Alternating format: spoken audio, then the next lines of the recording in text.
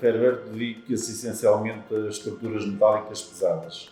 Fazemos tudo que tem a ver com ferro, pavilhões, prédios.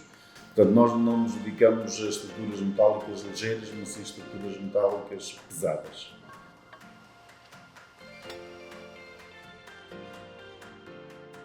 Pronto, a Motofil surge aqui na empresa por vários motivos. O primeiro motivo é porque eu conheço o João Novo já da longa data. E surgiu aqui a Motofil como parceiro que eu apostei e neste momento basicamente o nosso equipamento é Motofil.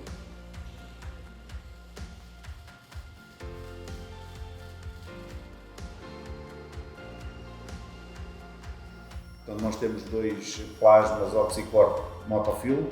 Depois entram numa máquina que temos para fazer PRFs, ou seja, perfis construídos, e temos 2 robôs de soldadura.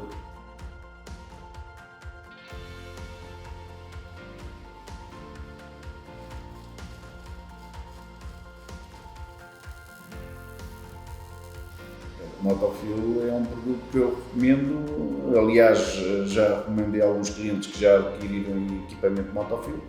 Pronto, eu até à data não tenho nada a apontar a não ser dizer bem.